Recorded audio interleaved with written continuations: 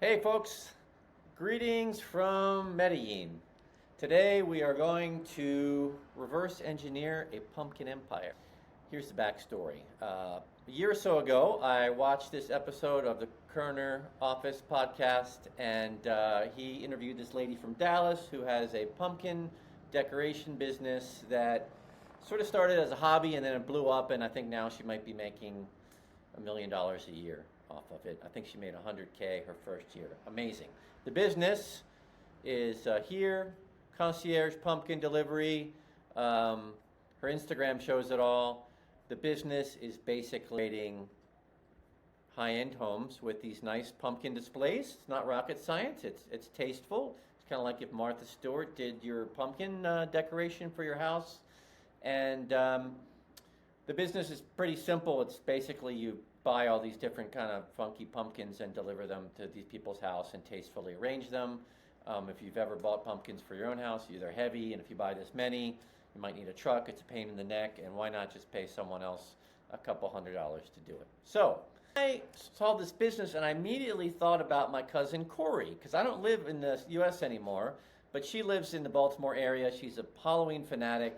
She is a nurse. She's been an ER nurse, pediatric nurse for a long time, and I would love to see her make some money doing something a little bit less intense than dealing with sick children. So called her up. She was interested, but a little intimidated by all the technical stuff and building a website and doing advertising. So next thing you know, I got sucked into it. I, by the way, am Dennis Drenner. I have a AI consultancy for small business called Smart Raven AI, and here's the website. And so this is a perfect test of my skills to see if I actually can do what I say I can do. See if I can do for myself what I tell other people I can help them do. So you can follow me along on this pumpkin journey. Anyway, first step in the process is let's just make sure, let's check out the landscape for this business in the Baltimore area. Now, my basic assumption is that if this business works in Dallas, it can work in any metro area in the United States. But let's just take a look at things. So, opened up my Claude code session here. I use Claude through VS Code most of the time. I've already pre-written this prompt, but I want to create a new porch pumpkin business in the Baltimore area, similar to this thing I saw on the Kerner office. Here's the website. Here's the Instagram. Go check it out for me, Claude.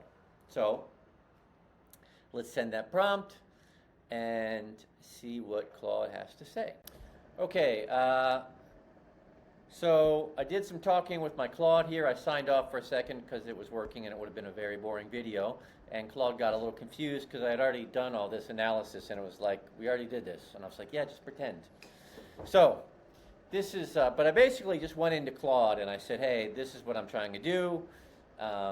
Search the competition for me, and then I also had it, I had to push it a little bit. I said, I want you to look at not just the web, but at Instagram. And Claude can't always access Instagram directly, but there's this great service called Scrape Creators, where you can get an API key, and the pricing is very reasonable. It's $47, and you get a bunch of credits. It's not another annoying subscription. You get 25,000 credits that I think lasts forever, and it enables you to scrape all these different social media sites very easily through Claude. You just paste the API key in there once. So that gave us some more information on these businesses, and then I asked Claude to go ahead and build me a little pretty dashboard here showing me the competition. And the news was really good. So I don't know where you're watching from, but there's a couple cities in Maryland that are big. There's Baltimore, there's Annapolis, there's Frederick, and then Washington, D.C. is nearby, and those are kind of the big cities in the area. I don't want to have anything to do with D.C. right now. It's traffic-ridden, pain in the neck to navigate around. So this is what we found. So there's something called the Annapolis Pumpkin Company that has been doing well the last couple years based on their website.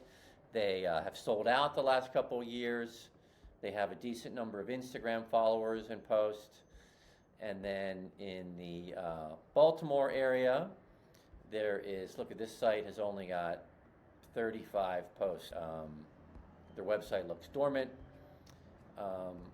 And then the Frederick area, there is nothing. So that's really good news to me, because Frederick is also kind of an affluent, smaller city, similar to Annapolis. It's sort of a bedroom community for people in Washington, D.C. who have high income. So that's great news. So we've got basically one city that's doing really well, or at least they're selling out, and then another city that's wide open, and which is Frederick, and then Baltimore, which is also seems to be fairly untouched or not much competition. So good news to move ahead. So after I did this, I went ahead and I built the website. This only took me about a day or two. So this site is already built, as you can see here. This is Charm City Porch. I didn't document the process of building this site, but there's plenty of videos online about how to build websites now with Claude.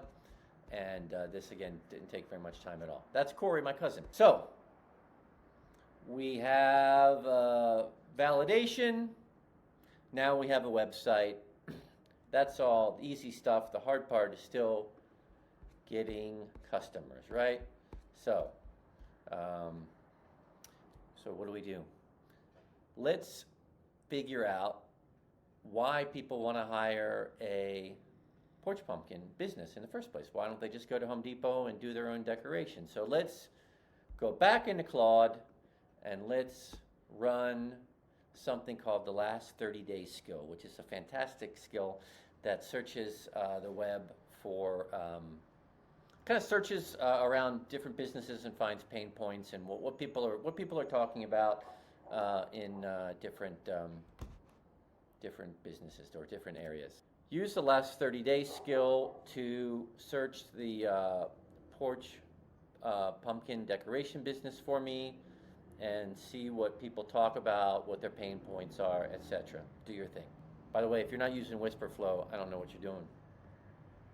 Who types anymore? That's so last week. Okay, Claude's doing the last 30 days skill again here. Let me sign off for a second and I'll come back when it's done.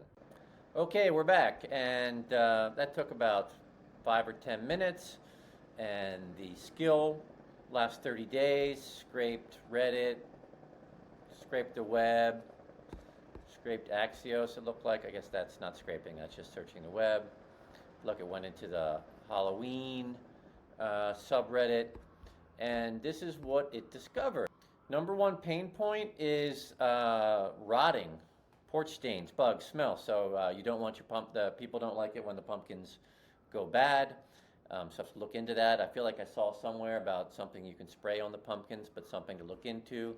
Squirrels, I don't know what to do about that. Time and hassle as a pain point to be addressed. That's pretty obvious why, but people don't have the time to go to the pumpkin patch or go to the store and move all these things to their porch. I'd rather pay someone. Here's the longevity anxiety mentioned as a pain point. Again, that's similar to the rotting. And then the sticker shock. Some people are going to think that it's too expensive.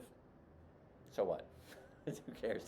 Some people obviously don't think it's too expensive, because we also saw back here that somewhere I saw, it's a land grab here. It says these businesses are opening up all over the country. So this category is still rapidly expanding, so I think that's a good sign. We're on an uptrend. We got some pricing information here. $239 to $375 entry, and is up to well over $1,000 for a higher end. See the marketing playbook, limited spots, book before we sell out. I don't know if that's real scarcity or if that's manufactured, but also good information. No one's guaranteeing against rot or squirrels. I'm definitely not doing an anti-squirrel guarantee. That just seems like impossible. But anyway, lots of good information here. Rot proofing and doing some sort of Marketing around scarcity seems like a good way to go. So good. So we got some more good information there. What is the next step? Let's see, what's our number one pain? I think the rotting and the hassle. So we can use that. Now, next step. So we know the pain points. We know there's businesses in the area that are doing well. We know there are businesses in the Baltimore area that, or markets that are not being served. Now let's see what we can find on Meta ads, Facebook ads, Instagram ads, and let's see what the competition is doing in terms of advertising. So let's go back into Claude here and say, use the scrape creator skill to investigate this category and see what competitors all over the US are doing in terms of ad creative on both Facebook and Instagram. Tried to sort by ads that have been up the longest. Okay, put Claude to work again with that prompt, and I will be back in a few. Okay, so we went into Scrape Creator. We asked Claude to go into Scrape Creator for us and do some research. And this was an interesting lesson in here because at first it came back and said, sorry, nobody has any active ads right now. And Claude can sometimes be like a lazy intern. And I was like, well, look for ads for last year, dude. Like, don't be so lazy. So it went back and said, oh, yeah, we could look at last year. And then it found a lot of ads from last year, and then it looked a little bit harder, and did find people who are running active ads this year. The original Porch Pumpkin business does not run any Facebook ads that we can tell, but that's not surprising because they are the first business to do this, and they've got 50,000 followers on Instagram, so they probably just get organic content out the wazoo and don't need to worry about this. But we did find that some businesses are indeed advertising. A lot of them aren't advertising on Facebook, but a couple are, and I had Claude build this little artifact for me, and we discovered that a couple places have been running ads already for a month, right? So it's end of July right now. Some places have been running pumpkin, so Halloween ads since the end of June, which is interesting.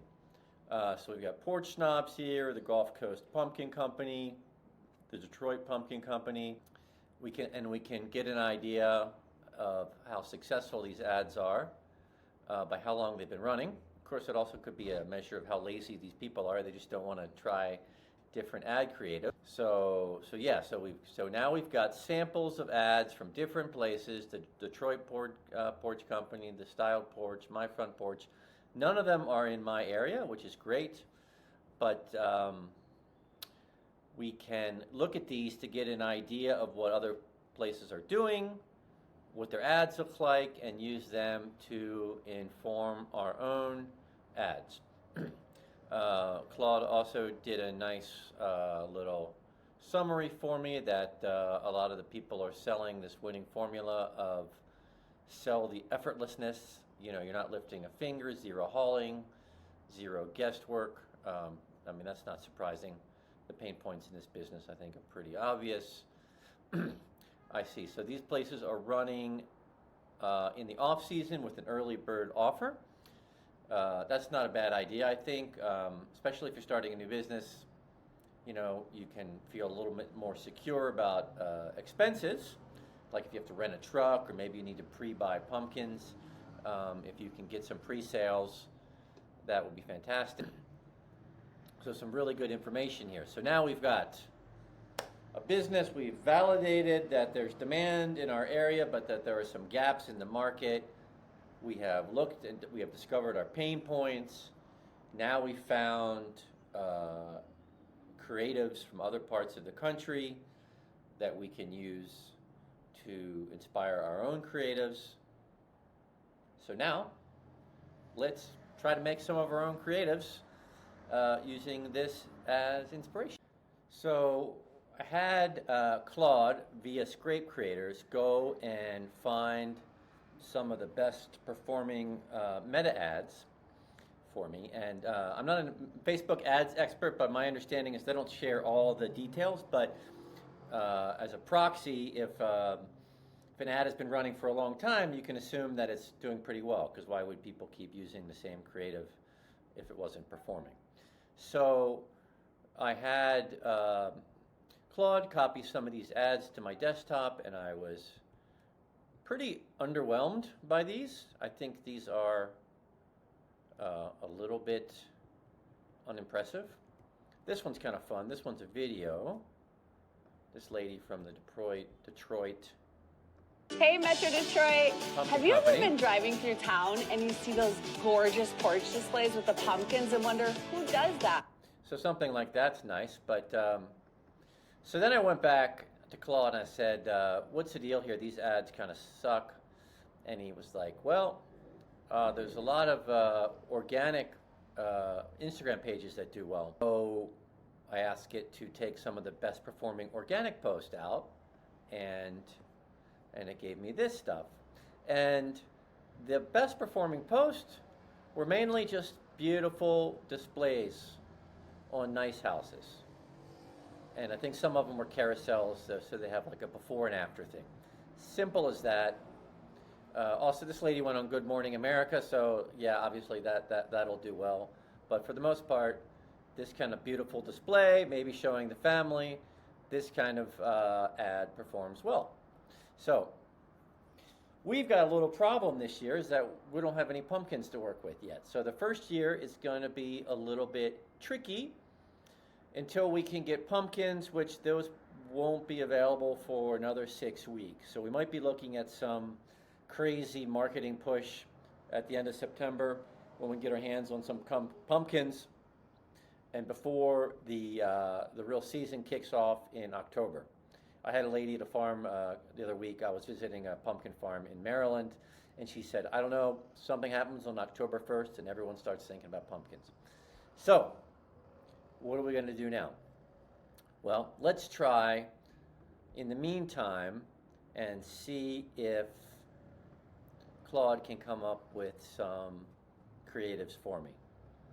And before we do that, I want to show you something. I have a lot of skills in my Claude. The more you use Claude, the more skills you give it. And I don't have the skill to use a computer, apparently. You give it more and more capacity over time and turn it into less of a brain and more of an assistant who can do things with its brain. So there's this company called Fowl.ai, which lets you access all sorts of image and video models. And what you do is here, you get a couple credits. You don't need much. And then you get an API key. So look, I have $20 on here now. And you get an API key, which if you're not familiar with that, it's sort of like a password and a username rolled into one, and it enables websites and applications to talk to one another. API stands for Application Programming Interface in geek speak. But basically, it enables my Claude to go to this website and say, hey, this is Dennis. He's got credits. We would like to access Nano Banana Pro or any other model, and it can go ahead and do that on my behalf, right? So,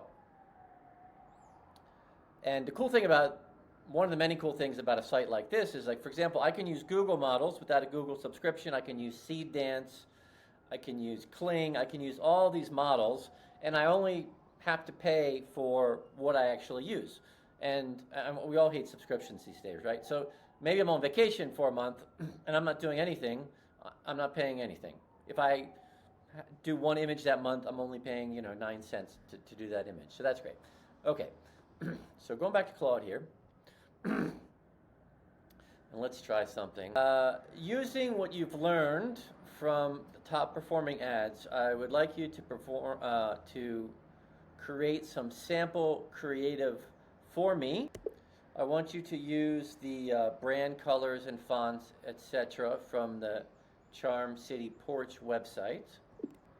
I would like you to create some images of styled porches that look like they are high-end houses in the Baltimore area.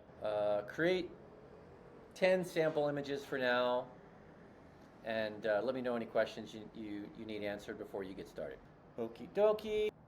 So it's going to pull my actual brand spec and get started here. Blah, blah, blah. Let me sign off here for a second while this works, and I'll come back to you in a sec. Okay, that took a while. I didn't have to be here, so that's cool. I made a tuna fish sandwich, and now I'm back, and the results are interesting. So you saw the prompt I sent before. Make me some ads. The first batch came out like this. It asked me what type of house to use, and I said traditional Baltimore. Baltimore's wealthy neighborhoods. If you know Baltimore, we've got these row houses that are very typical of the city, but those people aren't spending a lot of money on porch pumpkins. So the first batch came out like this with a little bit of an excessive amount of pumpkins, but I actually think that the AI generation looks quite good. And to get the pumpkins to look like that, by the way, as an aside, that took me like all day yesterday, because just telling the AI to decorate the porch with pumpkins, it looked very AI, and it was didn't have many pumpkin varieties. So I had to do something to train it. There's something called a LoRa, and a LoRa is kind of when you train the model on a certain type of image. So you might see people do LoRas of themselves. I have a LoRa of me, and I'll send it 15 pictures of me and say, this is what Dennis looks like. And so then you can say, now put Dennis on a private jet with Victoria's Secret models, and it does it. So, but you can actually do a LoRa of things. So I made a pumpkin LoRa using pictures from competitor websites, and now my AI can make these beautiful, like real-looking pumpkin displays. But as you can see, the first round was overkill. That's like a $7,000 worth of pumpkins there. So then I went in and told it to dial it back a little bit, maybe add some families, add my logo in there, and now you can see we're getting closer to something that looks like it could be a pretty nice looking Facebook ad.